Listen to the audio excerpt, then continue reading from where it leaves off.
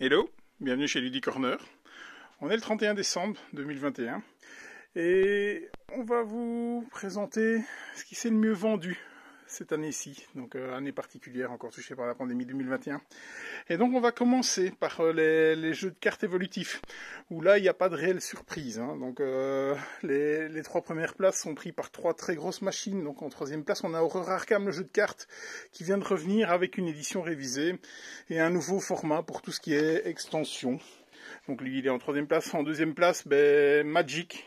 Depuis des années, il est là et certainement sur les podiums des ventes, Magic, donc avec plusieurs campagnes tout au long de l'année. Donc en première place dans les meilleures ventes, c'est le raz-de-marée, vraiment des Pokémon. Donc encore une fois, on a eu plein d'extensions cette année-ci, surtout avec les coffrets célébration qui sont arrivés. Donc c'est les Pokémon, la folie. Dans les deux joueurs, là, pas de grande surprise, si ce n'est un petit nouveau cette année-ci, l'excellent Jekyll and Hyde, qui est sur la troisième marche du podium. Un petit jeu de pied bien malin, vraiment une belle surprise cette année-ci.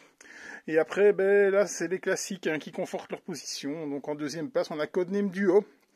Très bon codename, depuis que le duo est sorti. Moi, je ne joue plus qu'au duo, même quand on est plusieurs autour de la table. Vraiment belle mécanique de ce jeu.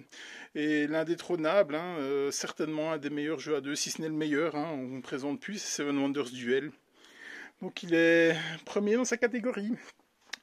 Dans les jeux de stratégie, voilà, il est revenu après des mois d'absence et donc voilà, dès qu'il est revenu, ça a été un raz-de-marée aussi. Donc Pierre de la Mer du Nord, très bon jeu, qui est sur la troisième marche du podium. Et donc en deuxième marche du podium, c'est une place vide parce qu'on n'en a plus.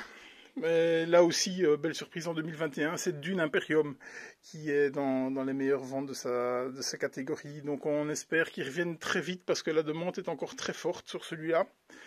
Et en première place, voilà, lui, on ne présente vraiment plus. Il est tombé plusieurs fois en rupture, il revient et ça retombe en rupture tellement on en vend. Donc, voilà, Terraforming Mars. Que dire sur Terraforming Mars? Je suis certainement pas le mieux placé pour en parler. Ceux qui me connaissent savent pourquoi. Et donc, s'il est là, c'est qu'il le mérite. Et donc, félicitations lui. Hop, on se retourne. On passe dans les jeux d'ambiance, catégorie des jeux d'ambiance. Donc on a Skijo qui est là depuis sur les podiums depuis des années. Vraiment. Que dire sur ce jeu à part que il est aussi bon qu'il est moche. Enfin ça c'est un avis personnel, mais donc voilà. En deuxième place, il y en a plus non plus, mais lui il devrait revenir très vite. C'est Fiesta de los Muertos. Donc ça c'est le chouchou de Steve, à juste titre, un très bon jeu d'ambiance vraiment. Et en première place, alors lui, j'adore ce jeu vraiment. Donc TTMC, tu te mets combien? J'ai eu l'occasion de parler souvent avec les auteurs de jeux, ils sont barrés et tout est dans leur jeu et ça s'est retranscrit de façon merveilleuse. C'est vraiment super bon en jeu d'ambiance, je vous le recommande vivement. On passe sur les jeux qui sont sortis en 2021 et qui sont dans les meilleures ventes de 2021. Donc on retrouve en cinquième position Jekyll and Hyde, donc comme je vous le disais, un très bon jeu de pli, vraiment une mécanique un peu particulière. C'est super sympa. Il y en a un qui doit vraiment essayer de jauger les plis pour qu'on arrive au même nombre de plis et l'autre qui doit creuser l'écart. Donc c'est super malin comme jeu de pli. Donc il était arrivé vers le mois de mai, il me semble, où les boîtes n'ont même pas resté 2 jours sur les étagères, puis il est tombé après une longue rupture, et il est revenu. Et donc, très content qu'il soit là, parce que c'est vraiment un très bon jeu.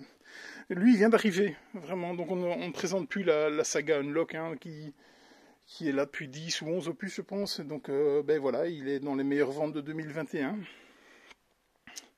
Alors lui, on l'avait pas vu venir, micro macro avec le premier opus. Ça a été une vraie folie et donc c'est confirmé avec le deuxième opus, Full House. Voilà, pas grand chose à dire sur ce jeu. Un ovni vraiment dans le monde ludique, mais ça fonctionne du tonnerre et chapeau vraiment pour le travail réalisé.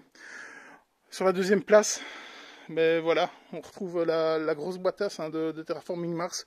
Donc, énorme boîte où il n'y a pas un seul jeu dedans. C'est quand même assez comique, mais voilà. Donc, les tuiles 3D qui donnent une autre dimension à ce jeu. Et en première place, quand on l'a vu arriver, donc pour la présentation des grossistes, on s'est dit encore un Dixit Lite, vraiment, qu'est-ce qu'on va encore pouvoir inventer?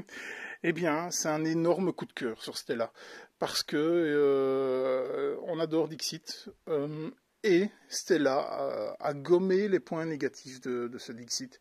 Et ça donne une expérience de jeu vraiment fluide et particulière. Et c'est du très très beau travail sur ce gameplay. Donc un gros coup de cœur ici chez Luddy Corner. Donc on passe aux meilleures ventes de toutes les catégories confondues en 2021. Et donc on retrouve TTMC qui ouvre en 5e position. Donc je vous ai déjà tout dit, le bien que j'en pense dans la catégorie ambiance. Et bien donc chapeau les gars, vraiment beau boulot. On est très content de l'avoir en rayon pour le vendre et vous le faire découvrir. Puis on a un classique, Codename, donc dans sa version classique et pas duo cette fois-ci.